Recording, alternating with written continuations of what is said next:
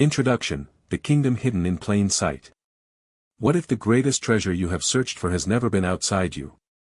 We spend our lives in a state of perpetual arrival. We believe that if we reach the next milestone, a better job, a deeper relationship, a sense of inner quiet, or even a specific spiritual breakthrough, we will finally be whole. We look to the horizon, scanning the external landscape for the peace and purpose that seem to forever elude our grasp.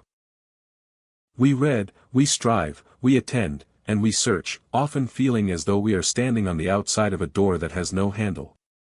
But what if the most revolutionary teaching ever delivered by Jesus has been hidden in plain sight for 2,000 years? For centuries, much of the world has viewed the kingdom of God as a distant place, a future reward, or an external structure to be built. We have organized our lives around the idea that the divine is something to be reached, attained, or accessed through rituals performed far away from the center of our own being. Yet, in a quiet, piercing moment that contradicts almost everything we have been conditioned to believe, Jesus pointed inward.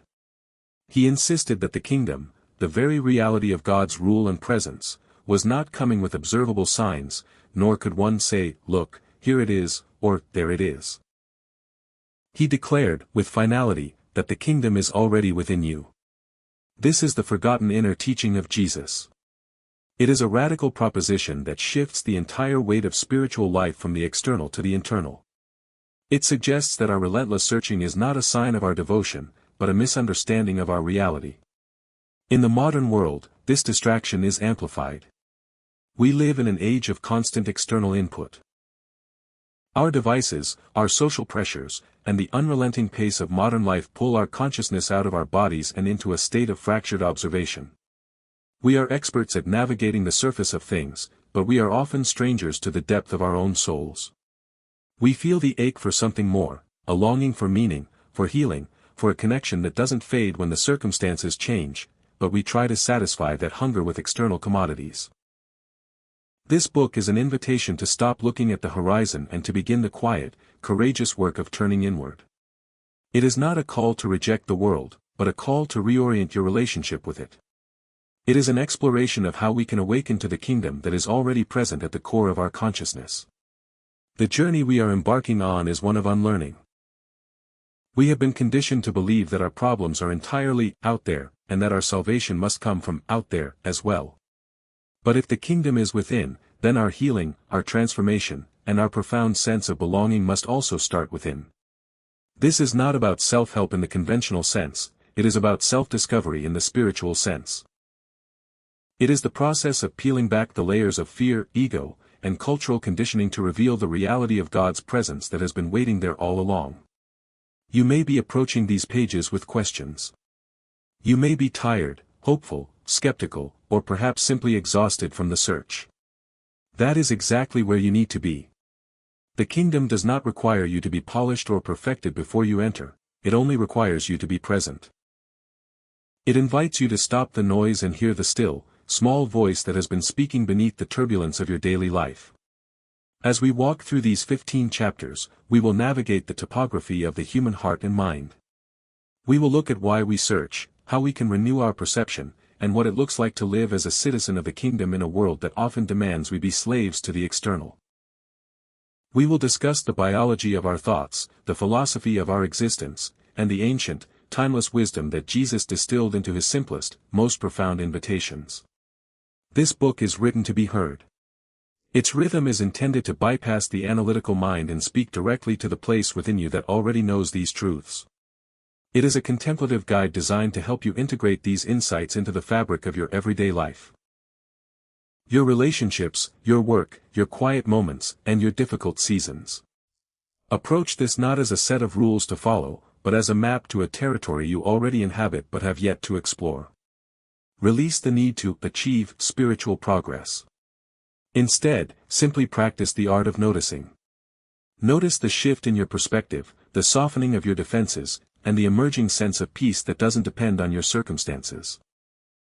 The treasure you have been seeking has been waiting for you to simply turn around. The door is unlocked, it is simply unused. Let us begin the work of opening it, not by changing everything around us, but by waking up to the kingdom that is already within. Welcome to the journey home. Reflection questions. What is the primary treasure or outcome you have been searching for in your life, and where have you been looking for it? How does the idea that the kingdom is already within you challenge your current understanding of faith? In what ways do you feel pulled outward by the pressures of your daily life, and what does it cost you to live in that state of distraction? Are you willing to let go of the need for external validation or circumstances to define your sense of inner peace? Chapter Summary. The human tendency is to seek fulfillment through external milestones and achievements. Jesus' core, yet often overlooked, teaching is that the kingdom of God is an inner reality. Modern life causes us to live in a state of constant, distracting external observation. The goal of this journey is not to attain something new, but to awaken to what is already present within. The transformation required is a process of unlearning and inward reorientation. This book is an invitation to explore the kingdom of God as a practical, lived experience. Chapter 1: Why we keep searching outside ourselves. Why is it that we are so often convinced that the key to our peace, our worth, and our ultimate happiness lies just around the next corner? We live as if our fulfillment is a destination to be reached, rather than a presence to be realized. We treat life as a relentless hunt, where we are the pursuers and the prizes, success, validation, perfect circumstances, are the elusive objects of our desire. This habit of searching externally is not merely a modern inconvenience, it is a profound misalignment of the human spirit. When we look at the life of Jesus, we see a man who was entirely unburdened by the need for external confirmation. He did not chase status, he did not curate a public image, and he did not seek the approval of the religious or political elite of his day. He possessed an internal gravity that held him centered, regardless of the chaos swirling around him. We, however, operate differently. We have been conditioned to believe that we are incomplete until something, or someone, outside of us provides the missing piece. Think of the modern professional climbing the corporate ladder. The logic is persuasive: when I reach this title, I will finally feel secure. Yet, when that title is achieved, the goalpost inevitably moves. The anxiety that was promised to vanish through promotion simply finds a new subject to latch onto. Or consider the pursuit of approval through social media and personal brand building. We craft our lives for the observation of others, hoping that a chorus of external validation will drown out the persistent, quiet question, am I enough? Psychologically, this is an expression of the ego's hunger. The ego is an entity that exists primarily through comparison and external definition. It needs to know where it stands in relation to others, and it needs to know what it has acquired to justify its existence. Consequently, it keeps us scanning the horizon. It tells us that we are one relationship, one paycheck, or one life hack away from being at peace. But this is a physiological and spiritual trap. When we focus on the external, our nervous systems remain in a state of high alert, constantly assessing threats to our status or looking for opportunities for gain. We become reactive creatures, tossed about by the winds of circumstance. The spiritual tragedy of this search is that it obscures the reality of what we already possess. By constantly projecting our need for wholeness onto the future or onto external objects, we effectively ignore the sanctuary of the present. We become like a person walking through a house they own, yet living in a state of homelessness because they are too busy searching the neighbor's yards for the keys to the front door. Jesus' teachings were a direct challenge to this external orientation. When he spoke of the lilies of the field or the birds of the air, he was pointing to a mode of existence that is entirely free from the anxiety of the search. He was describing a state of alignment where one knows they are sustained by the source, rather than by their own frantic grasping.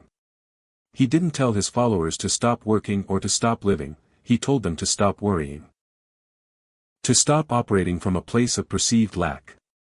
Our culture encourages us to be seekers, in the sense of always looking for the next upgrade, the next insight, or the next solution. But there is a difference between seeking growth and living in a state of perpetual lack. When we are driven by the belief that we are currently inadequate, our actions become tainted by desperation. This desperation manifests as stress in our relationships, poor decision-making in our careers, and a persistent inability to be present in our own lives. We lose the capacity for stillness because stillness requires us to face ourselves, and we are terrified that if we stop searching, we will find that we are empty. However, the truth is the exact opposite. We are not empty. We are only distracted. We are full of a potential and a presence that is being stifled by our constant, frantic movement. The moment we decide to stop looking outside for the things that can only be found within, we begin a process of radical recovery. We stop asking the world to give us what it does not have the power to provide. We stop asking our partners to be our gods, our jobs to be our identity, and our possessions to be our peace. This shift is not easy. It requires a conscious decision to pause the search. It involves catching ourselves when we feel that familiar, itchy impulse to reach for something outside to fix an ache inside. It is the practice of saying, "I am here, and here is enough." When we align ourselves with the truth that we are already connected to the divine, the nature of our desire changes. We move from seeking to fill a hole, to expressing the life that is already overflowing. The kingdom of God is not found at the finish line of your current project. It is found in the willingness to stop running, to sit down in the center of your own life, and to recognize that the one you have been searching for has been waiting in the stillness of your own heart all along. Chapter Summary. Humanity's habit of external searching is a result of feeling fundamentally incomplete. The ego drives our desire for external validation and achievement, keeping us in a state of perpetual anxiety. Constantly looking for peace in external circumstances obscures our internal reality. Jesus' teachings emphasize a way of life that is free from the frantic grasping associated with a lack-based mindset. The search is often a distraction that prevents us from realizing that we are already sustained by the divine. Shifting from external searching to internal awareness allows us to stop trying to extract wholeness from the world. True transformation begins when we stop running and realize that the presence we see. Chapter 2, What Jesus really meant by, "The kingdom is within you." The phrase, "the kingdom of God is within you," has been debated, intellectualized, and often dismissed by theologians for centuries. We have treated it like a cryptic metaphor, a beautiful, airy concept meant to offer vague comfort. But what if we took Jesus at his word, literally and existentially? What if he was not talking about a spiritual destination you visit after this life, or a vague moral philosophy, but a tangible, observable reality that exists beneath the surface of your current awareness? To understand this, we must first unlearn the way our modern language processes the word kingdom. When we think of a kingdom, we think of borders, palaces, armies, and subjects. We think of a structure that is separate from ourselves. But in the ancient Aramaic and Greek context, the term implies reign, sovereignty, or dynamic influence. It is not a place you go, it is a reality that governs. When Jesus declared that this reign is entos, within or among you, he was making an ontological claim, a claim about the very nature of human existence. He was pointing to a layer of reality that exists under the noise of the ego. Think of your mind like the ocean. On the surface, there are waves, wind, debris, and turbulence. This is the realm of our daily worries, our social anxieties, and our physical struggles. This is where we live 90% of our lives. But miles beneath those waves, there is a profound, unshakable stillness. The turbulence on the surface does not change the nature of the deep. The kingdom is that deep, eternal stillness. When Jesus said the kingdom is within, he was suggesting that the divine life is already integrated into the foundation of your consciousness. You do not need to get it. You need to recognize it. You do not need to invite it in, you need to remove the barriers that prevent you from feeling its presence. This is why his teachings were so often focused on repentance, which in the original language means metanoia, literally, change of mind. Transformation, then, is not about becoming a better person in the eyes of the world, it is about shifting your allegiance from the surface-level reality to the kingdom-level reality. Imagine you are watching a movie.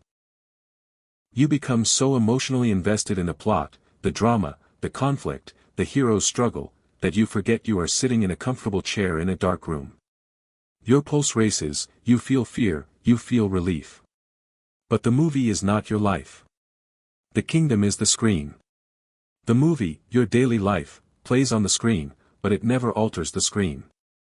When you realize you are not the movie, your anxieties, your career, your failures, but the consciousness, the screen, upon which these things occur, you begin to experience the freedom Jesus promised. This is the secret of the masters, the mystics, and the sages of history. They were not people who lived without problems, they were people who lived from a reality that was greater than their problems. Jesus lived in a time of extreme political oppression, poverty, and social turmoil. Yet, he spoke of joy, peace, and abundance. How? Because he was not sourcing his life from the external world. He was living from the inside out. He understood that while the world can take your freedom, your possessions, and even your life, it cannot touch the kingdom that exists in the core of your being. This inner reality is also the seat of your true identity. When you define yourself by your job, your net worth, your marital status, or your past mistakes, you are building your house on the shifting sands of the external world. But when you anchor your identity in the truth that you are a child of the infinite, a conscious vessel of the divine, you become immovable. You gain a form of psychological and spiritual resilience that is immune to the ups and downs of human circumstance. If this is true, if the kingdom is truly within, why do we feel so separated from it? We feel separated because we are addicted to the noise of the ego. The ego thrives on the feeling of separation. It loves to believe it is a solitary, struggling, navigating a hostile world. The ego is terrified of the kingdom because in the kingdom, the ego loses its supremacy. In the kingdom, there is no I that needs to defend, compete, or prove itself. There is only the we of connection and the isness of the present moment. Living from the kingdom means choosing, in every moment, to operate from the truth rather than the illusion. It means choosing love over fear, even when your circumstances give you every reason to be afraid. It means choosing peace over panic, even when the world is in chaos. It is not a passive existence, it is an active, radical engagement with the present. It is the ability to walk through fire and not be burned, because you know that what is within you is greater than what is in the world. As we move forward, keep this distinction in mind: the world is what happens to you. The kingdom is how you hold it. The kingdom is not a secret to be solved, it is a reality to be occupied. It is time to stop searching for the map, because the territory you are looking for has been beneath your feet, and within your heart, your entire life. Chapter Summary. The kingdom of God refers to the reign and sovereignty of the divine within human consciousness. The kingdom is not a future destination or external structure, but an ever-present, underlying reality. Metanoia, repentance, is a fundamental change of mind, shifting from surface-level concerns to deep, spiritual awareness. We are like the screen behind a movie. The dramas of our daily lives occur on the surface, but our core consciousness remains untouched. Living from the kingdom provides a resilience that remains stable despite external chaos and personal struggle. The ego resists this realization because it thrives on the illusion of separation and the need to control the external world. The goal is to shift our primary residence from the noise of the ego to the Chapter 3, the inner temple. The concept of a temple is woven into the very fabric of human history. From the grand, gold-adorned structures of ancient civilizations to the local houses of worship we walk past daily, we have always been obsessed with building places to house the divine. We have climbed mountains, crossed deserts, and spent lifetimes designing physical spaces that we believe God might inhabit. There is a primal, human desire to create a sacred space. A location where the veil between the ordinary and the extraordinary is thin, where we can finally put down our burdens and be heard. But consider the radical interruption Jesus made to this entire human project. When he walked into the physical temple in Jerusalem, the architectural pride of his nation, he didn't just admire the stonework. He began to turn the conversation toward a new reality. He spoke of a temple that could not be dismantled by authorities, burned by invaders, or closed by the passage of time. He pointed to the human heart, the seat of our consciousness, as the true, living temple of God. This shift changes everything. If you are the temple, then the sacred space is not a building you visit on a Sunday, it is the space you inhabit every single moment of your day. It is the consciousness you carry into your office, your kitchen, your arguments, and your solitary moments of reflection. To live as a temple is to recognize that your inner life is a sacred jurisdiction. We often treat our minds like a public thoroughfare, letting every passing thought, social media notification, unsolicited opinion, and momentary fear set up camp in our heads.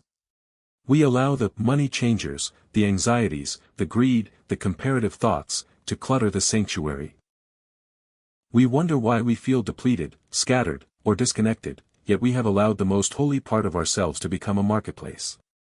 Psychology and neuroscience tell us that we are what we pay attention to.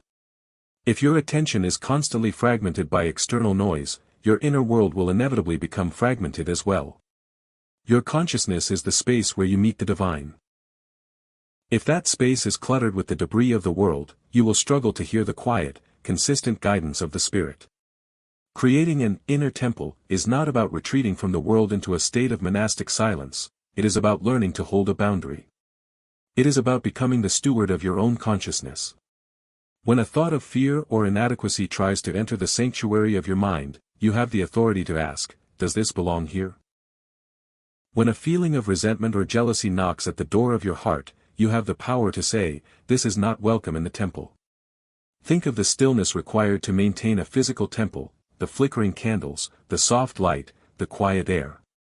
You can cultivate that same atmosphere within yourself, even in the middle of a busy workday. It starts with the practice of conscious presence. When you feel the familiar pull of the ego, the need to gossip, the urge to check your phone for external validation, the compulsion to worry about the future, pause. Take a breath. Mentally step back into the sanctuary of your own being. This is not a mystical flight of fancy, it is a vital psychological skill. By creating this internal boundary, you are protecting your emotional health and your spiritual integrity. You are essentially saying that while the world may influence your environment, it will not define your inner state. You are claiming the right to be the keeper of your own peace. This inner sanctuary is also the place of direct encounter. Many of us were taught that we need an intermediary to approach God, a priest, a ritual, or a specific theological formula. But if the temple is within, then you have 24/7 access to the source. There is no line, no fee, and no requirement to have your life perfectly together before you enter. In fact, it is often in our most broken, messy states that we find the deepest presence, because that is when we finally stop pretending and start being honest. When you begin to treat your own heart as a sacred space, the quality of your life changes. You become more observant, more deliberate, and more compassionate. You treat others with more dignity because you realize that they, too, are walking temples of the same divine presence. You become less easily offended, because you realize that the petty insults of the world cannot penetrate the walls of a sanctuary that is anchored in truth. The goal is to move through your day with an awareness of this inner dwelling. Imagine living your life from the center of your heart rather than the periphery of your head.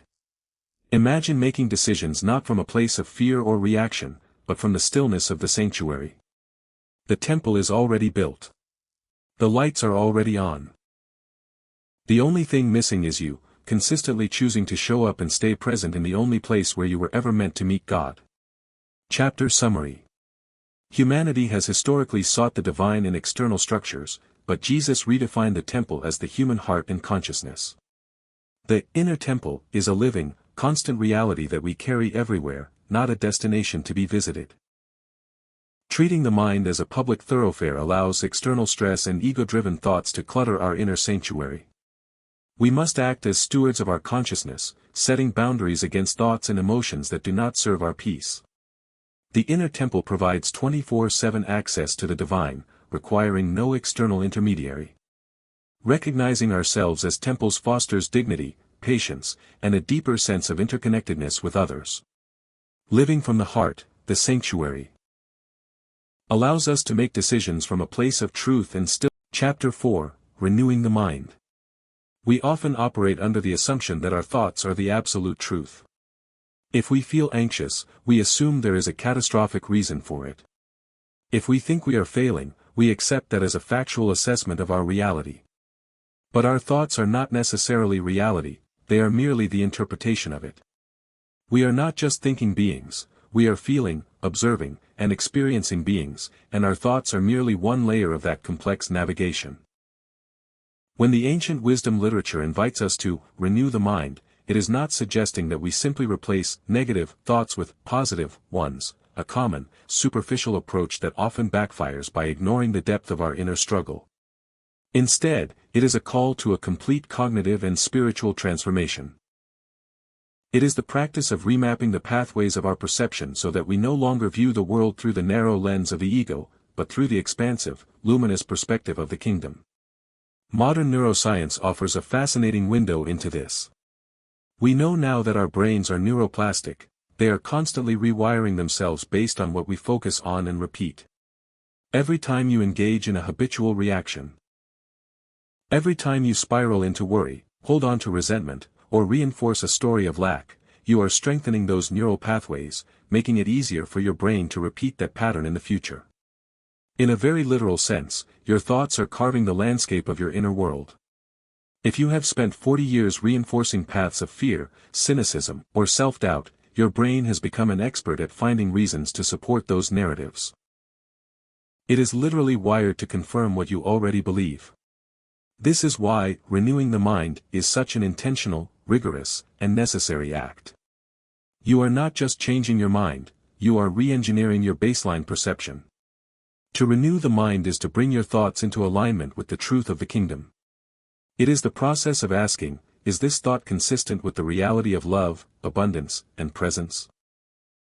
When you find yourself in a state of agitation, you are seeing the world through the flesh, a state of consciousness governed by survival, competition, and limitation. When you choose to step into the kingdom, you are stepping into a state of consciousness governed by trust, interconnectedness, and infinite possibility. This does not mean ignoring the world's challenges.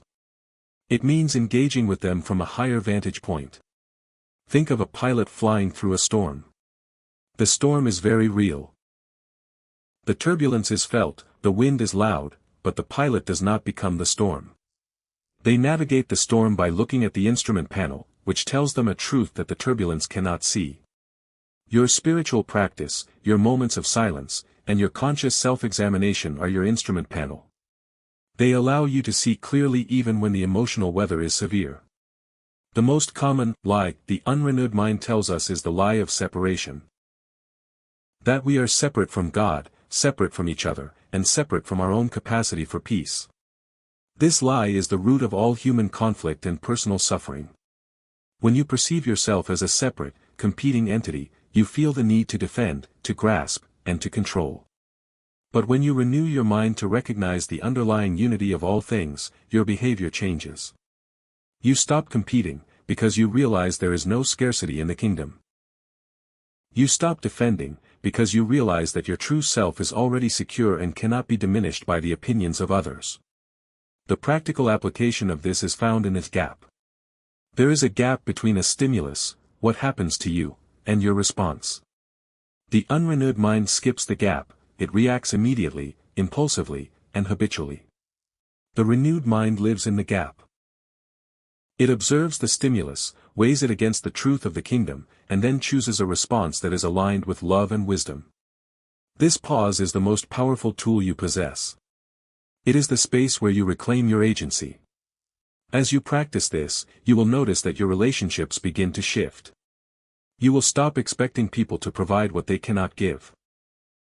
You will stop taking things personally, realizing that other people's words and actions are usually just a reflection of their own internal conditioning, not a verdict on your worth. You will become a more grounded, stable presence in the lives of those around you. Renewing the mind is not a destination you arrive at once, it is a daily, sometimes hourly, commitment to the truth. It is the art of catching yourself when you slip back into old patterns and gently, lovingly bringing yourself back to the present. You are the architect of your own consciousness.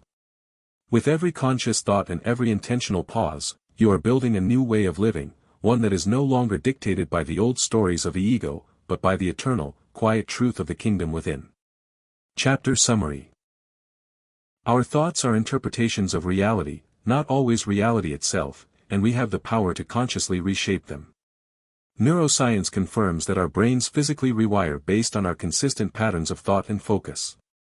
Renewing the mind is a process of shifting from a survival-based ego perspective to a kingdom-based perspective of love and possibility. We must learn to navigate life's storms from an elevated vantage point, using our spiritual awareness as an instrument panel for truth. The fundamental lie of an unrenewed mind is the belief in separation. Recognizing our unity with the divine eliminates the need for competition and defense. The gap between stimulus and response is the sacred space where we exercise our freedom and choose a kingdom-aligned reaction. Consistent mental renewal is a lifelong practice that ultimately transforms how we interact with ourselves, others, and the world around us. Chapter 5: Removing the Veils. We often imagine that our spiritual lives are hindered by a lack of knowledge or by the external pressures of the world. We think that if we just had more time to study, a quieter environment, or a clearer path, we would easily find the kingdom. But the reality is far more intimate and challenging. The barriers to experiencing the kingdom are not external, they are the veils we have wrapped around our own hearts: the ego, fear, pride, shame, and false identity. These veils do not merely hide the truth, they distort it. Think of a veil as a stained glass window. It allows light to pass through, but it colors that light, changing the shape and quality of what reaches the interior. When we look at the world through the veil of fear, every stranger looks like a threat. When we look at ourselves through the veil of shame, our deepest mistakes look like our final destination.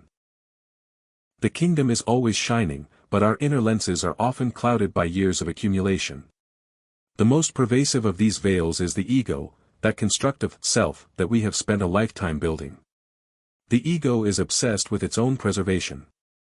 It needs to be right, it needs to be recognized, and it needs to be in control. This is the veil of pride. Pride is not just arrogance. It is the fundamental delusion that we are the authors of our own lives and that our importance is measured by our status. To remove the veil of pride, we must practice the radical art of humility, not by thinking less of ourselves, but by thinking of ourselves less. We must admit that we do not have all the answers and that our lives are part of a much larger, divine tapestry.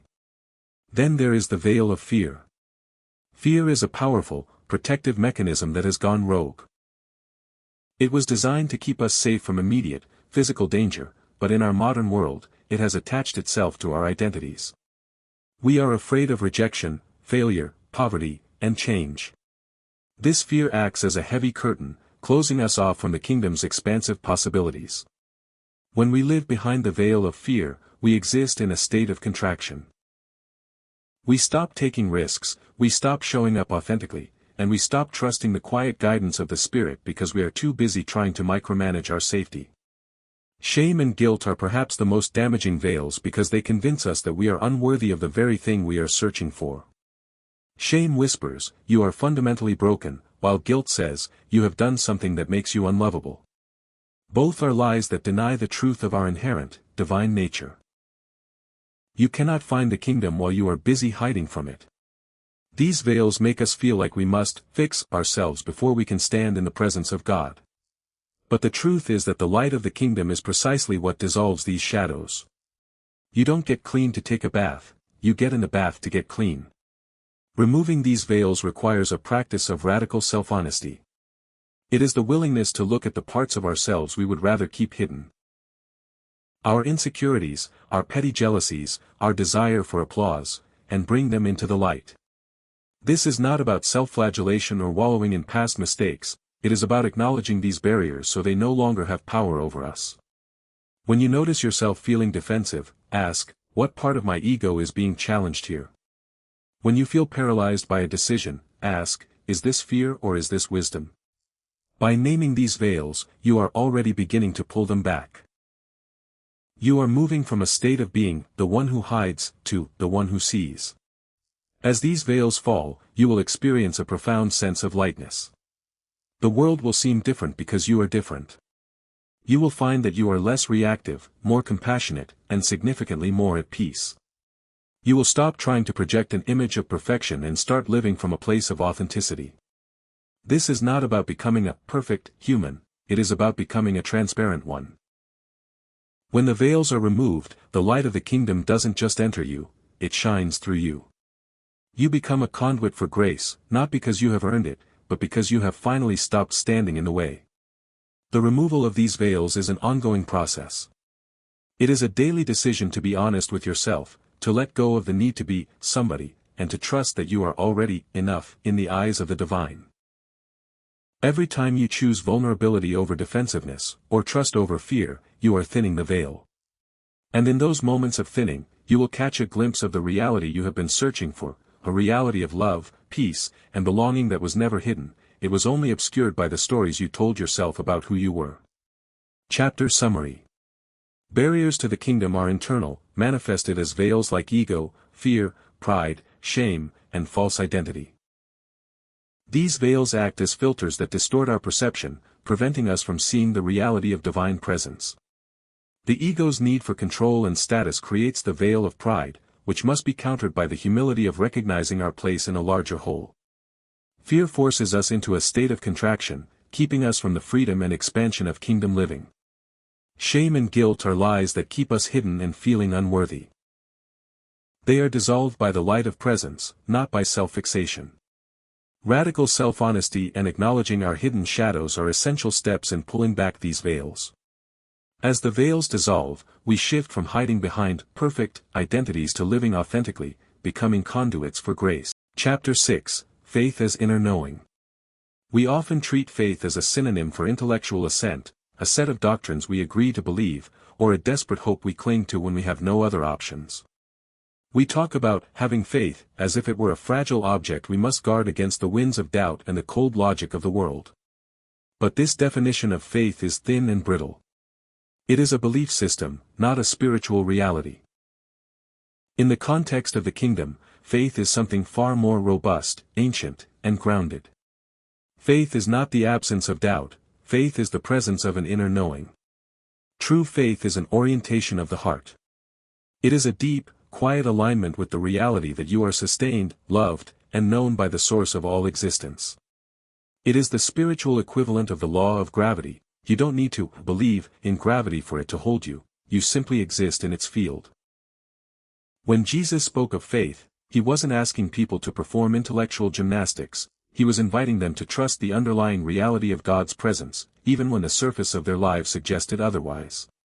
Psychologically, this inner knowing is the antidote to the frantic need for certainty that drives so much of our modern suffering. We are obsessed with knowing the how, the when, and the what if. We want a guarantee that our bank accounts will stay full, our health will remain perfect, and our relationships will never falter. When we don't get that guarantee, we panic. But true faith acknowledges that certainty is an illusion. Faith is the ability to walk into the unknown without needing to dictate the outcome, because you are anchored in the one who holds the outcome. Think of the difference between trying to control the weather and learning to navigate the sea. The person without faith is like someone standing on the shore, screaming at the clouds to clear, paralyzed by the fear that it might rain. The person of faith is like the seasoned sailor who knows that the wind will blow and the waves will rise, but who also knows the integrity of their ship and the reliability of their compass. Faith is that compass. It is an internal certainty that transcends the shifting conditions of your external environment. This inner knowing is not found through study alone. It is found in the lived experience of the divine. Every time you have navigated a difficult season and felt an unexpected strength sustain you, that is faith. Every time you have let go of a need for control and found that things are resolved in a way you couldn't have planned, that is faith. Faith is the residue of our personal experiences with grace. It grows every time we choose to trust the presence within over the panic of the ego. The ego hates faith because faith implies surrender. The ego wants to be the pilot of the plane, constantly checking the gauges and calculating the risks. Faith says, you can put the controls down. This is why faith feels like a leap, it is a leap away from the illusion of self-sufficiency. But when you land, you discover that you weren't falling, you were being held. This kind of faith also transforms how we approach our daily responsibilities. It doesn't make us passive. It makes us courageous. When you know that your value and your security are rooted in the infinite, you are free to work with passion, to lead with integrity, and to love without strings attached. You are no longer working to become something or to gain security. You are working as an expression of the security you already possess. This is the difference between striving and thriving. One is fueled by the fear of lack, the other is fueled by the overflow of trust. If you find your faith waning, don't look for more books to read or more arguments to win. Look for more silence.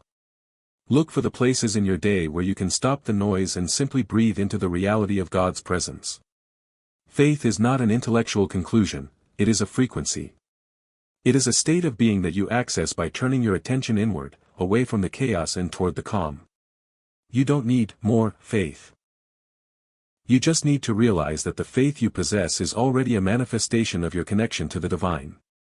It is already there, like a buried spring beneath the dry earth of your worries.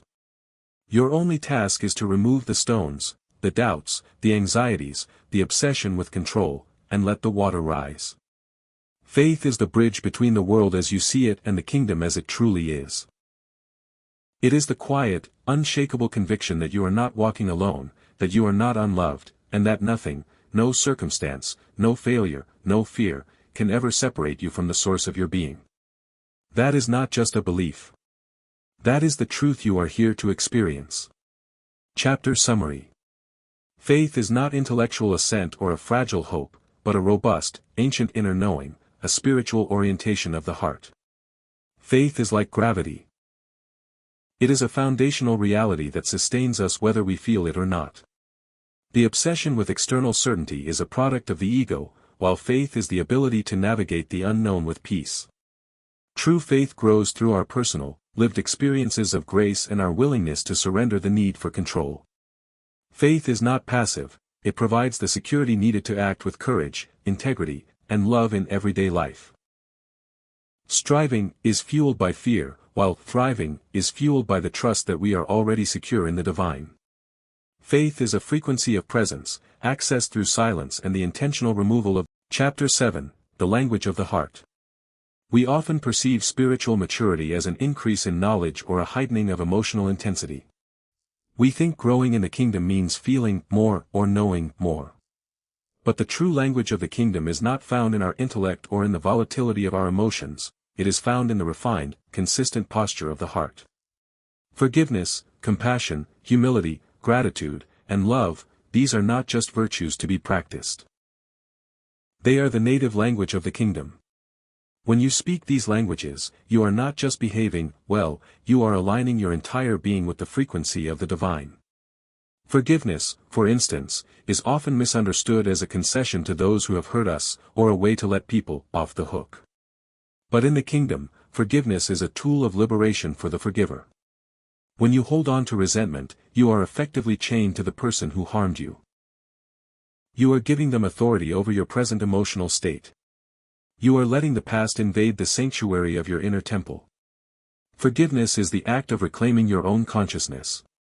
It is saying, I refuse to let the actions of another define my identity or dictate my peace.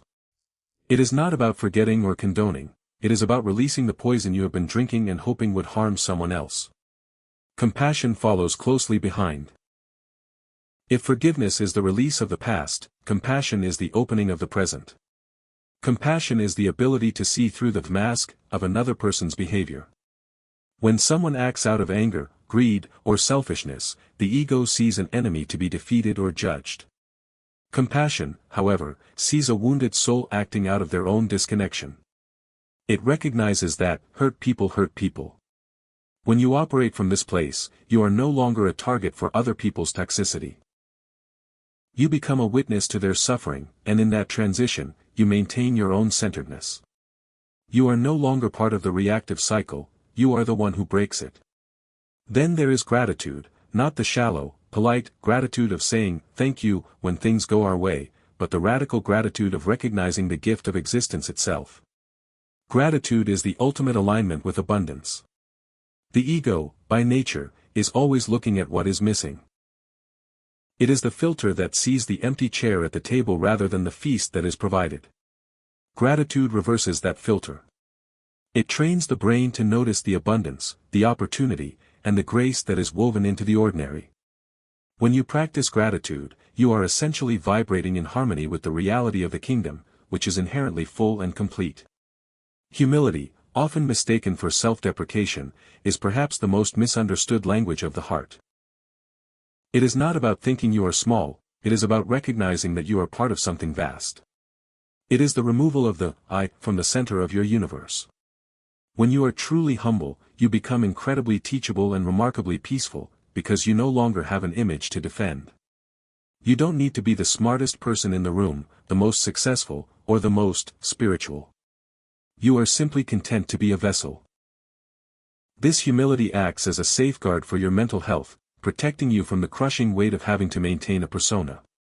These qualities, forgiveness, compassion, gratitude, and humility, are the expressions of someone who has stopped searching and started living from within.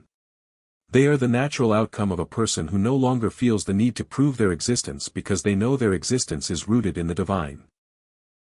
If you want to know if you are living in the kingdom, look at the language of your heart. When you are under pressure, what language do you speak? Do you default to the language of the ego, judgment, complaint, fear, and pride? Or do you consciously shift your heart into the language of the kingdom? This shift is an act of will. You have the power, in any given moment, to choose which language you will use to interpret your life. Every time you choose to forgive, you are speaking to the kingdom. Every time you choose compassion over judgment, you are speaking kingdom. Every time you find something to be grateful for in the middle of a struggle, you are speaking to the kingdom. This is not about being a nice person, it is about being a real one. It is about allowing the presence within you to dictate your outward reality. As you practice this, you will find that these languages become your new baseline. They will flow out of you not because you are trying to be righteous, but because they are the natural overflow of your transformed consciousness. You will stop trying to force your life to look a certain way and start allowing the life of the kingdom to express itself through you. The heart is the bridge between the unseen and the seen. When your heart is aligned, your life will naturally begin to reflect the beauty, the peace, and the transformative power of the reality you have found within. Reflection questions. Is there a specific person or past event you are holding on to that is currently acting as a poison to your inner peace? How would your daily interactions change if you looked at difficult people through the lens of compassion rather than judgment? In what areas of your life are you currently focusing on lack, and how could gratitude shift your perspective to notice the abundance that is already there? How does the need to defend your image or be right currently prevent you from experiencing the freedom of humility? Chapter summary.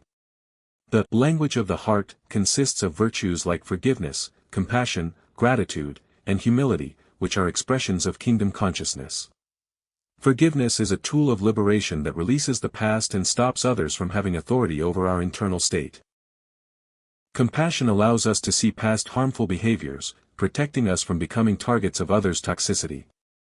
Gratitude is a radical alignment with abundance that shifts our focus from what is missing to what is present.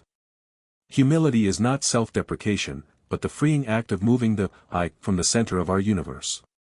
These virtues are not just behaviors but frequencies we can choose to adopt at any moment. By practicing these languages, we stop forcing external change and allow. Chapter 8, Living from the Kingdom instead of searching for it. We have spent our entire lives conditioned to view the spiritual journey as a climb. We believe that if we reach a certain height, a level of moral achievement, a degree of internal calm, or a depth of theological understanding, we will finally arrive at the kingdom. We treat the kingdom as a destination located at the peak of our efforts.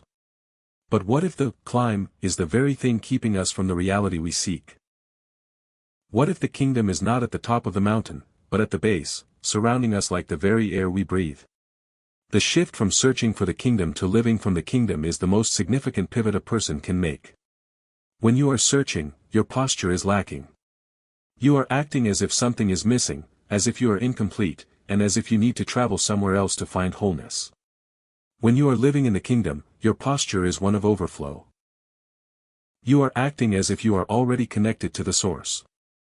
Your goal is not to find life, but to express the life that is already yours. This distinction changes the nature of your daily work. When you search, you are motivated by the fear of being less than or behind. You look for a job to provide your identity, a relationship to provide your security, and money to provide your peace. You are essentially asking the world to be your savior. When you live in the kingdom, you work, you love, and you participate in the world as an expression of who you already are. Your actions are no longer an attempt to gain, but a joyful offering of what you have been given. Consider the difference in energy. Striving is exhausting because it is fueled by a finite resource, your own egoic energy. Living from the kingdom is sustainable because it is fueled by an infinite source, the presence within. This is why Jesus could move through his life with such profound authority, even when he had no place to lay his head. He was not looking to the world to define his reality, he was imposing the reality of the kingdom upon the world. He didn't ask the world for peace, he carried his own atmosphere with him. This is the secret to true influence. We are often desperate to change our external circumstances, our jobs, our cities, the people around us. Because we believe that if the circumstances were right, we would finally be at rest. But the kingdom principle works in reverse. Outer circumstances are often a reflection of inner consciousness. When you stop trying to extract your identity from the world stops having such a crushing weight over you. You become more resilient, more creative, and more bold. Because you aren't afraid of losing your security, you are free to make decisions based on truth rather than convenience. How do you practically move into this mode of living? It begins by asking yourself a simple, piercing question every time you feel the urge to grasp: am I acting out of a sense of lack, or out of an abundance of peace? If you are acting out of lack, pause. Recognize that this feeling of deficiency is a hallucination of the ego. It is a story you have told yourself about your own inadequacy. Step back, breathe, and reorient yourself to the truth that you are currently standing in the center of the divine. When you make this shift, your relationships will naturally transform. You will stop using people to meet your emotional needs. You will stop seeking validation from those who cannot give it. Instead, you will begin to show up in your relationships with a spirit of generosity. You will be able to listen better because you don't need to be right. You will be able to forgive faster because you don't need to win. You will be able to love more deeply because your capacity to love is no longer tied to the performance of the other person. This is not a life of withdrawal, it is a life of radical engagement. Some people fear that if they stop striving, they will become lazy or indifferent. The opposite is true. When you are no longer paralyzed by the fear of failure, you are free to be truly excellent. When you are no longer distracted by the need for external recognition, you are free to be truly creative. You will find that you accomplish more in a state of flow than you ever did in a state of panic. The kingdom you have been searching for is not a place you are trying to reach. It is the soil in which your life is planted. Stop digging for the treasure, and start tending the garden. You are not a traveler on a long, weary road to God. You are a child of God, wandering around the house you already live in, wondering where the front door is. The door is not a destination, it is a decision. It is the decision to stop running, to stand still, and to recognize that the life you have been hunting for is the life you are already breathing. Reflection questions. What is one area of your life where you feel you are currently striving because you are afraid of lack? How would your decision-making change today if you were 100% confident that your identity and security were already secure in the divine? Can you identify a time when you acted from a place of overflow rather than need, and what was the result? What is one external circumstance you are currently trying to fix that might actually be resolved if you first addressed your internal state? Chapter Summary. Living from the kingdom is the shift from a posture of lack, searching, to a posture of overflow, expressing. Striving is fueled by the ego's fear of inadequacy, whereas living from the kingdom is fueled by the infinite energy of the divine. We often try to use external circumstances to define our identity and security, which makes us vulnerable to the world's instability. Outer circumstances often reflect our inner state. Changing our consciousness changes how we interact with and shape our environment. The gap between lack and abundance is bridged by asking ourselves if our actions are motivated by fear or by peace. Living from the kingdom fosters healthier relationships, as we no longer use others to fill our own internal void. The goal is to stop searching for the treasure and start living from the realization that we are already in the presence of the source. Chapter 9, Freedom from Fear. Fear is perhaps the most ancient and potent tool the ego uses to maintain its grip on our consciousness. It is a biological survival mechanism that has, in our modern age, been hijacked. We are no longer living in a world where we must constantly scan the horizon for physical predators, yet our nervous systems remain calibrated to perceive threats everywhere. In our bank accounts, in the opinions of our peers, in the uncertainty of the future, and in the fragility of our health. We live in a state of chronic, low-grade hypervigilance, and we have mistaken this state of contraction for being responsible. The teaching of the kingdom is a radical, uncompromising invitation to freedom from this fear. When Jesus said, "Do not worry," he wasn't offering a platitude, he was describing a fundamental shift in perception. To live in the kingdom is to recognize that your existence is anchored in a reality that is fundamentally secure. The ego's fear is based on the assumption that you are a separate, vulnerable individual responsible for your own survival in a hostile world. The kingdom perspective, however, recognizes that you are a participant in a divine, interconnected reality where you are upheld by the same power that holds the stars in place. When you feel the familiar tightening of anxiety, the racing heart, the repetitive thoughts, the sense of impending doom, you are experiencing the ego's attempt to protect you. But notice that the ego is never protecting your soul, it is only protecting your image or your security. You can acknowledge this impulse without becoming a servant to it. The practice of freedom is the ability to feel the impulse of fear without being forced to act upon it. You can observe the fear, acknowledge its existence, and then intentionally choose to breathe into the truth of your current, immediate safety. Neuroscience shows us that we cannot effectively reason with a brain that is hijacked by fear. When the amygdala, the brain's alarm system, is firing, the prefrontal cortex, which governs our higher-order thinking and spiritual insight, goes offline. This is why you cannot think your way out of anxiety. You have to feel your way out of it through the body. You must use the body as a bridge back to the present. Deep, slow breathing, grounding yourself in your physical senses, and bringing your focus to the immediate reality of where you are right now, these are the practices that signal to the nervous system that you are safe. Living from the kingdom means shifting your definition of security. As long as your security is tied to external things, fear will always be your shadow. You will always be one loss away from panic. But when your security is found in the awareness of God's presence, the inner reality that cannot be added to or taken away, fear loses its primary leverage.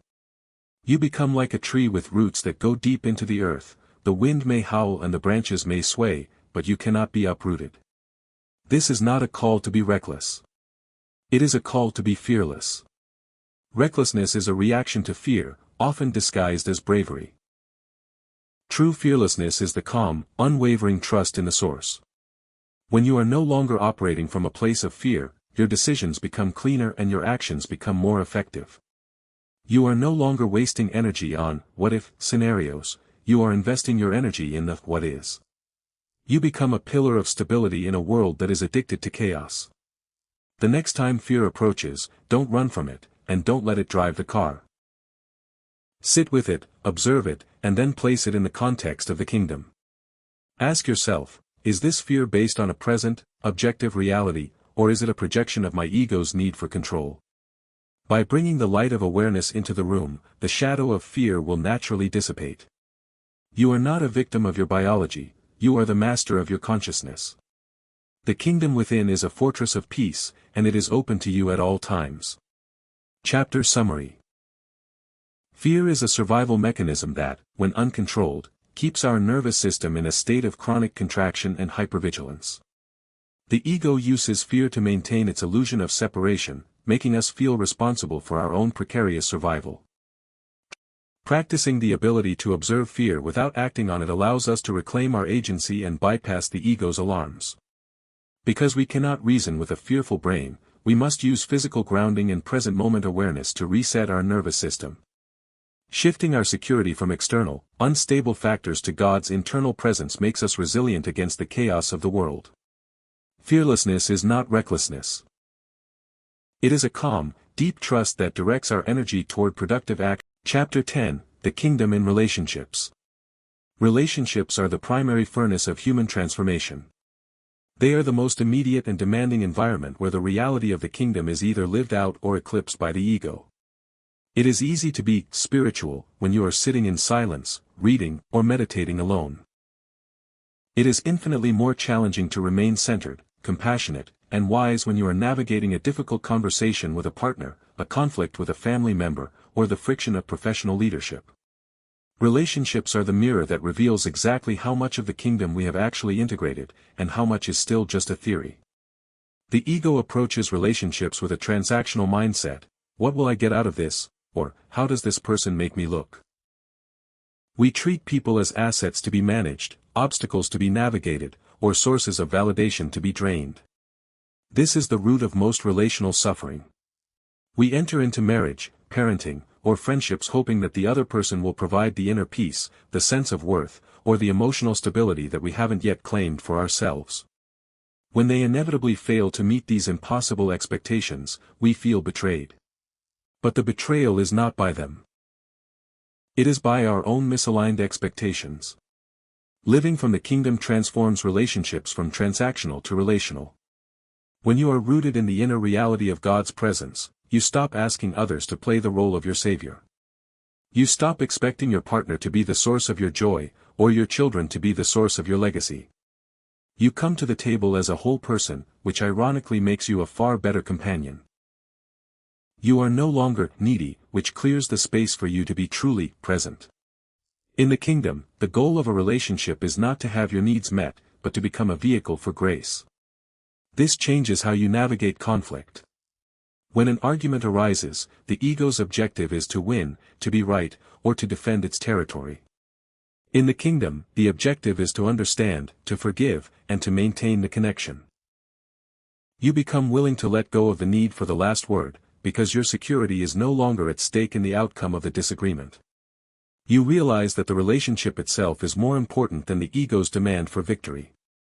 This is particularly vital in marriage and family life. Parenting, for instance, is the ultimate masterclass in letting go. It requires us to move from a position of control to a position of stewardship. We recognize that our children are not extensions of our ego, but independent souls on their own journey. When we stop trying to shape them into reflections of our own image, we open the door for them to become their authentic selves. We guide, we protect, and we love, but we do not possess. The same principles apply to leadership and community.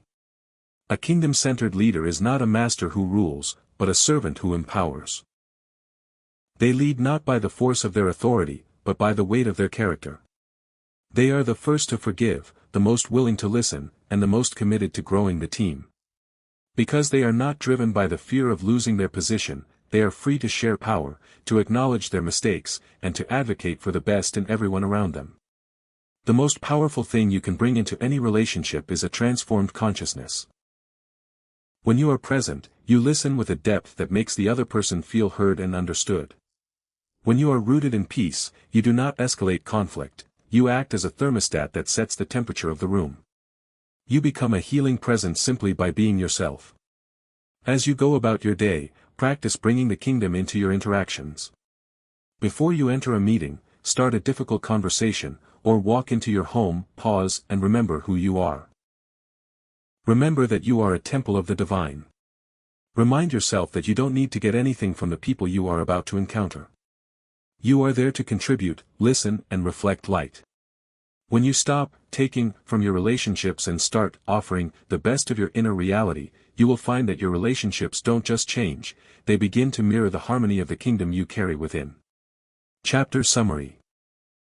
Relationships are the most demanding and authentic testing grounds for our spiritual maturity and kingdom integration. The ego treats relationships as transactions to fulfill its needs for validation, security, or status, leading to inevitable disappointment. Living from the kingdom shifts the relational focus from taking, need-based, to offering, grace-based, making us whole, present participants. In conflict, the kingdom perspective replaces the ego's desire to win with a commitment to understanding, forgiveness, and maintaining connection. Parenting and leadership are transformed when we shift from controlling outcomes to serving and stewarding the growth of others. The most powerful influence in any relationship is a transformed consciousness that listens deeply and remains anchored in peace. By entering interactions without the need to extract anything, we become. Chapter 11, The Kingdom and Abundance. The word abundance is often hijacked by the ego and marketed as a promise of material accumulation. We see it in the promises of endless prosperity, the pursuit of status, and the idea that having more is the evidence of God's favor. But if we look at Jesus' life and teachings, we find a radically different definition. The abundance of the kingdom is not a quantity of possessions, it is a quality of life. It is the deep, unshakable recognition that an infinite source that never runs dry sustains you. When you live with an abundance mindset born of the kingdom, your relationship with money, work, and resources undergoes a profound shift. You stop viewing the world through the lens of scarcity, the fear that there isn't enough, that you are competing for a limited slice of the pie, or that you must hoard to be safe. Scarcity is the primary fuel of the ego. It tells you that you are alone, you are vulnerable, and you must fight to survive.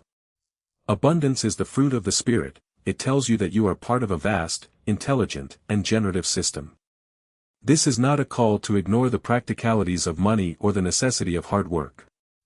The kingdom is not about detachment from reality, it is about proper engagement with it. Stewardship is the kingdom practice of abundance. It is the understanding that everything you have, your talents, your time, your finances, your influence, is not truly yours to hoard, but a gift that flows through you. When you view your resources as a stream rather than a reservoir, you become a conduit. The ego worries about the level of the reservoir, but the kingdom-centered person trusts the flow of the stream. In your career and business, this mindset is revolutionary. Think of the difference between an entrepreneur who is driven by the fear of failure and one who is driven by the desire to add value. The former is always defensive, cautious, and prone to stress. The latter is creative, bold, and adaptable. Because they are not working to gain security, they are free to focus on serving the needs of others. They are not asking the market to save them, they are contributing to the market with excellence. This is true prosperity. The ability to be a source of value, regardless of the fluctuating numbers on a bank statement. Generosity is the primary exercise of this kingdom's abundance. Giving is the most powerful signal you can send to your own subconscious mind that you are not afraid. Every time you give, not just money, but time, attention, and grace, you are reinforcing the truth that you are already full. If you felt empty, you would be afraid to give. By giving, you demonstrate to yourself that your cup is already overflowing. This is why the widow's mite was valued so highly. It wasn't about the amount, but about the posture of her heart. She was operating from a place of radical trust, not calculated scarcity. Many of us are afraid of prosperity because we think it will lead to greed, or we are afraid of poverty because we think it will lead to misery. The kingdom offers a third way, contentment. Contentment is not resignation. It is the peaceful acceptance of the present moment as sufficient, paired with the joyful engagement in whatever work is set before us. It is the ability to enjoy what you have while you are diligently working for what is to come. It is the absence of the feverish need that characterizes the pursuit of worldly wealth. When you align your work and your resources with the values of the kingdom, your life becomes a form of worship. Your business, your job, and your daily labor are no longer just ways to pay the bills, they are expressions of your purpose. You are an agent of order, beauty, and service in a world that often struggles with chaos. You bring integrity to your contracts, compassion to your workplace, and generosity to your interactions. You become a witness to the fact that you do not live by bread alone, but by the conscious connection to the source that provides it. The abundance of the kingdom is not something you will get if you are good enough or pray hard enough. It is the environment you currently inhabit. Stop looking at the world as a place where you must fight to carve out a living. Start looking at the world as a place where you are invited to participate in a creative, ongoing process of renewal. When you stop hoarding, you make room for more to flow. When you stop fearing, you make room for more to be seen. You are already an heir to everything you truly need, and the more you give, the more you realize that the fountainhead is inside you. Reflection questions. What is one fear related to money or your career that consistently keeps you in a state of scarcity or stress? How would your approach to your work change if you viewed it primarily as an opportunity to add value rather than a mechanism to secure your future? In what ways can you practice stewardship rather than ownership with the resources you currently possess? What does generosity look like for you beyond just finances? How can you be more generous with your time, attention, or encouragement? Chapter Summary. Kingdom abundance is a quality of life based on the recognition of an infinite source, not a quantity of material possessions.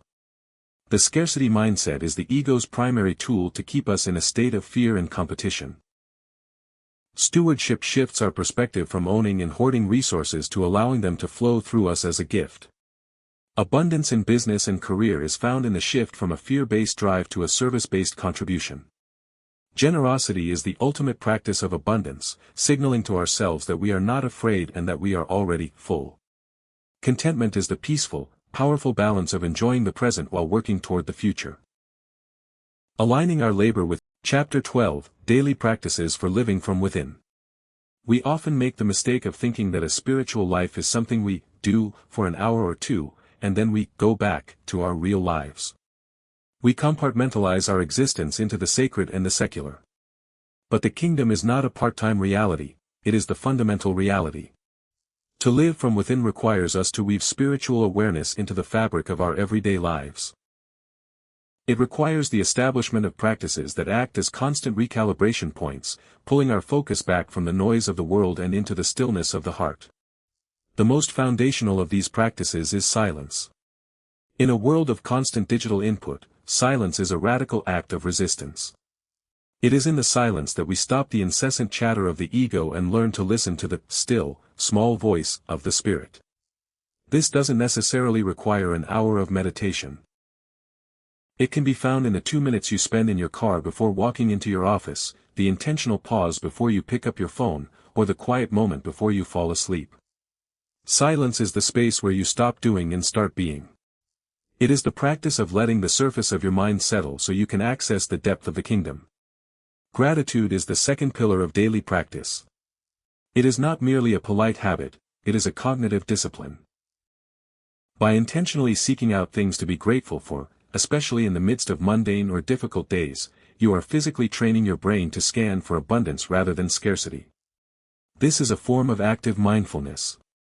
When you journal your gratitudes or whisper them during your morning commute, you are effectively breaking the ego's habit of fixating on what is wrong. You are asserting that the kingdom is present, even in the details of a difficult day. Self-examination, or the daily review, is another essential practice for the kingdom-centered life. At the end of the day, spend a few minutes reflecting. Don't look back to judge yourself or dwell on mistakes, look back to observe. Ask yourself, where did I operate from the ego today? Where did I feel contracted or fearful? And where did I feel the flow of the kingdom? This turns your life into a masterclass. You begin to identify your triggers, your habitual reactions, and the points where you lose your center. This reflective practice bridges the gap between your spiritual intentions and your actual behavior. Prayer, in the context of the kingdom, should be redefined. It is not a request for God to change your circumstances. It is an alignment of your consciousness with the divine will. It is a conversation where you listen more than you speak. Use prayer as an act of surrender. I surrender my need to control this situation. I surrender my fear. I place this into your hands. This turns prayer into a practice of trust, an ongoing dialogue where you regularly release your burdens and invite the peace of the kingdom to govern your perspective. Mindfulness, or conscious presence, is the practice of bringing your full self to the task at hand. Whether you are washing dishes, typing a report, or having a conversation with your child, treat that moment as the most important event of your day. The ego lives in the future or the past. The kingdom only lives in the now. When you are fully present, you are essentially opening the door for the divine to enter your ordinary actions. You stop rushing to get to the next thing, and start finding the sacredness in this thing. Do not try to implement all of these at once and turn them into another performance goal. Start small. Pick one practice, perhaps the morning silence or the evening review, and commit to it for a week. The goal is not to be a perfect practitioner of spiritual habits, the goal is to be a consistent dweller in the kingdom. These practices are the scaffolding we build around our inner lives so that we can eventually reach a place where the awareness of God's presence becomes our default state. They are the tools that help us move from the effort of seeking to the ease of living. Chapter Summary. A spiritual life is not a compartmentalized activity but an integrated state of being maintained through daily practice. Silence is a radical act of resistance against modern noise, providing the necessary space to hear the spirit. Gratitude is a cognitive discipline that retrains the brain to recognize abundance, breaking the ego's cycle of scarcity. The daily review, self-examination, turns life into a masterclass, helping us identify ego reactions and realign with our intentions. Prayer is repositioned as an act of surrender and alignment, rather than a list of requests for external change. Mindfulness is the practice of honoring the now, treating every ordinary task as a sacred opportunity for presence. Consistency in these small practices builds the inner scaffolding. Chapter 13, Becoming a Living Expression of the Kingdom. When we begin to live from the kingdom, we stop asking how we can get more of God into our lives and start asking how we can let more of the divine life flow through us. This is the transition from seeking to being. A person who has integrated this truth does not just talk about the kingdom, they embody it. They become a living, breathing expression of that internal reality in the external world. This is not about achieving a status of perfection, it is about becoming a conduit for grace, where the light that is within you inevitably spills over into the lives of everyone you encounter. Think of a light bulb. It does not have to try to shine, it simply allows electricity to flow through it. The resistance of the filament is what creates the light. In the same way, your life becomes a beacon not through your own striving, but through your surrender. When you drop your defenses, release your ego's need for validation, and commit to the truth, you become transparent to the divine. You start to move through the world with a different energy, one of clarity, purpose, and unforced peace. People will notice, though they may not be able to articulate why. They will simply feel a sense of stability when they are in your presence. This living expression shows up most clearly in how we handle the unexpected. The world is built on reaction. When someone is rude, we are rude back. When there is a crisis, we panic. When we are slighted, we take revenge. But the one who lives from the kingdom carries a different rhythm. You become the thermostat that sets the temperature rather than the thermometer that merely reflects the room. When you remain calm in a crisis, you are not just managing your own emotions, you are offering a gift of peace to everyone around you. You are demonstrating that the kingdom is not just a Sunday morning concept, it is a practical reality that holds up under the weight of real life. To be a living expression of the kingdom means to operate from a place of unsolicited love. This is love that does not wait for a reason, a reward, or a reciprocity. It is a love that gives because it is full. It is found in the small, seemingly insignificant moments. The patience you show a clerk who is struggling, the genuine interest you take in a conversation that offers you no personal gain, the willingness to be kind when being right would be easier. These are the ripples of the kingdom in the ocean of the world. They may seem small, but they are the primary way the world is actually changed. We often look at the giants of history, the prophets, the mystics, the reformers, and feel that our own lives are too small to be expressions of the kingdom. But this is the ego's trap again. The kingdom is not measured by the scale of your impact, but by the integrity of your presence. A person who is fully awake, fully present, and fully surrendered in their daily duties, as a parent, as an employee, as a neighbor, is a more powerful testimony to the truth than 1,000 sermons. You don't need a platform to be a manifestation of the divine. You only need a life. As you continue to embody this reality, you will find that your identity becomes increasingly stable. Your successes, which are fleeting, or your failures, which are instructional, no longer define you. Your relationship to the source defines you. This removes the fever from your life. You stop chasing, stop comparing, stop competing. You are finally, truly home. The goal of this journey was never to make you a more religious person, it was to help you become a more real one. It was to help you strip away the layers of false identity so that the divine nature, which was always there, could finally be revealed. You are a unique expression of the infinite. There is a specific shape to your life, a specific set of gifts you carry, and a specific way you are meant to love. When you live from the kingdom, you stop trying to fit into a mold that the world has created for you. You step into the fullness of who you were created to be. The world is hungry for this. It is exhausted by the ego's noise, by the constant demand for more, and by the loneliness of our shared isolation.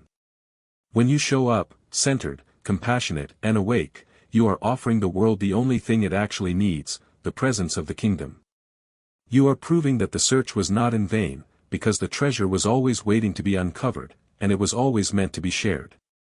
Chapter Summary. Integrating the kingdom is a transition from seeking to embodying, becoming a living conduit for divine grace. Like a light bulb allowing electricity to flow, we shine not by our own effort, but by our surrender and transparency to the divine. Living as an expression of the kingdom means becoming a thermostat that sets the peace in a situation rather than reacting to the chaos. Unsolicited love is the hallmark of a kingdom life, giving without expectation of reward or recognition. The impact of the kingdom is measured by the integrity of our presence in everyday moments, not by the external scale of our achievements. Embodying this reality stabilizes our identity, freeing us from the ego's cycle of comparison, competition, and need for validation. The world is not changed by our theories. Chapter 14, Walking with God in Everyday Life. We are often trapped by the notion that walking with God is a mystical experience reserved for mountaintop moments or intense seasons of prayer. We wait for the dramatic, the emotional, or the profound to confirm that we are on the right path. But the kingdom of God is not found in the extraordinary, it is found in the ordinary. The true test of our spiritual maturity is not how we handle a profound revelation, but how we handle the commute, the laundry, the inbox, and the mundane interactions that make up the vast majority of our lives. To walk with God is to move through the world with an awareness that the divine is not just up there, but in here and all around. It is the practice of sacralizing the common. When you see your daily labor not as a drudgery to be endured, but as an opportunity to be a presence of order, integrity, and love, you are walking with God. When you treat the grocery store line, the traffic jam, or the difficult meeting not as obstacles to your peace, but as the actual theater of your spiritual life, you are walking with God. You stop trying to escape the here and now, and start finding the eternal in the temporal. This requires a radical shift in attention. The ego is always projecting itself into the future, planning the next success or worrying about the next failure, which makes the present moment feel like nothing more than a hallway to be traversed. To walk with God, you must learn to live in the thrival. You are already where you need to be. The divine is already present in this current moment, in the air you are breathing, in the people you are interacting with, and in the work you are doing. When you align your awareness with this truth, the hallway becomes a sanctuary. This approach also changes how you handle stress. When the unexpected happens, a cancelled plan, a broken appliance, a harsh comment, the ungrounded person reacts with frustration because they feel their life has been interrupted. But the person walking with God realizes that their life is the interruption. They understand that these moments are not distractions from their purpose. They are the very soil in which their character is formed. They stop asking, "Why is this happening to me?" and start asking, "How can I be present with this right now?" Walking with God is also a practice of deep listening. We spend so much of our time trying to broadcast our own needs and opinions that we become deaf to the quiet guidance of the Spirit. But when you move through the day with the intention of being a listener, you become incredibly intuitive. You notice the person in the room who needs a word of encouragement. You catch the impulsive thought that would lead to an unnecessary argument. You gain a sense of timing and clarity that the ego could never calculate. You are no longer navigating by your own logic alone, you are navigating by a deeper, more reliable intuition. This is the contemplative life in action. It is not about withdrawing from the world to sit on a cushion. It is about bringing the stillness of the cushion into the middle of the marketplace. It is the ability to maintain an inner center of gravity regardless of how fast the world is spinning. You become a non-anxious presence. You become someone who creates space for others to be themselves because you are no longer trying to force the world to fit your agenda. As you go about your week, set an intention to simply notice. Notice the beauty in the mundane, notice the presence of grace in the small wins, and notice the opportunities to serve that you would usually overlook. Walking with God is not a heavy task, it is the most natural thing in the world. It is the restoration of your original design, to exist in a constant, flowing communion with the Source. You don't have to go anywhere to find it, you only have to wake up to it. You are already walking with God. The only question is whether you are paying attention. Chapter Summary. Walking with God is not a rare, mystical event but an ongoing practice of sacralizing the ordinary moments of daily life. The kingdom is found in the here and now, not in some future destination that we must reach or escape toward. Viewing mundane tasks as the theater of our spiritual growth turns life from a series of interruptions into a continuous opportunity for character development. Shifting from a state of constant planning or worrying to a state of conscious presence allows us to find the sacred within the common. Deep listening, rather than constant broadcasting, enables us to navigate life with divine intuition and clarity. The contemplative life is the ability to maintain inner stillness and non-anxious presence in the middle of a busy, noisy world. Walking with God is the restoration of our natural state. A continuous, flowing communion with the Chapter 15, The Kingdom was never far away. We began this journey by asking why we felt like outsiders looking in at a life we were meant to possess. We looked for treasure in the corners of the world, in the milestones of our careers, in the approval of our peers, and in the frantic pursuit of more. We lived as if the kingdom of God was a prize waiting at the end of a long, exhausting race. But as we have unfolded the layers of this inner reality, we have discovered the most startling truth of all: the search was always a distraction, and the finish line was the very place where we began. The kingdom was never far away. It was never hidden in a distant temple, nor was it stored behind a secret knowledge that only a few could master. It was the air you breathed while you were running from your own center. It was the presence that sustained you during the nights of doubt and the mornings of worry. It was the quiet, steady pulse of life underneath the noise of your ego. The only thing that kept you from it was your own conviction that it wasn't there. This is the homecoming. It is the realization that you have never truly been separated from the divine, you have only been separated from the awareness of that connection. We spent our lives building walls of identity, fear, and pride, thinking they were protecting us, only to realize that they were the very things blocking the light of our true nature. Now, the walls are down. You are standing in the open space of your own heart, and you realize that you are not becoming something, you are simply waking up to who you have always been. As you step forward from the final page of this book, you carry a new orientation. You no longer have to look at the horizon for the peace you crave, because you have learned the art of turning inward. You have learned that your worth is not something to be earned, but something to be recognized. You have learned that your security is not something to be managed, but something to be rested in. You have learned that your life is not a struggle to be won, but a gift to be expressed. Do not fear the return to the ordinary world. In fact, that is exactly where the kingdom is most needed. The world is filled with people who are starving for what they have found: a sense of peace that doesn't depend on the news cycle, a love that doesn't rely on being liked, and a purpose that doesn't shift with the economy. By simply living your life from this center, by being the person who forgives, the person who listens, the person who remains calm in the storm, you are doing more to change the world than you could ever achieve through grand speeches or external dominance. You are becoming a signal of the kingdom. This is not the end of the journey, it is the beginning of the life you were actually meant to live. It is the transition from seeking to being. From here on, every moment is an opportunity to practice the presence. Every relationship is a chance to extend grace. Every work task is an exercise in excellence. You are no longer just living. You are participating. You are no longer just surviving, you are blooming from within. Keep this truth as your anchor: you are a child of the infinite. You are a vessel for the divine. You are a citizen of the kingdom that is already within you. Whatever challenges arise, and they will, you have the map. You have the access. You have reality. You never have to search for the door again, because you are now standing on the threshold, and the door is open. Rest in this. Stay present in this. And above all, live from this.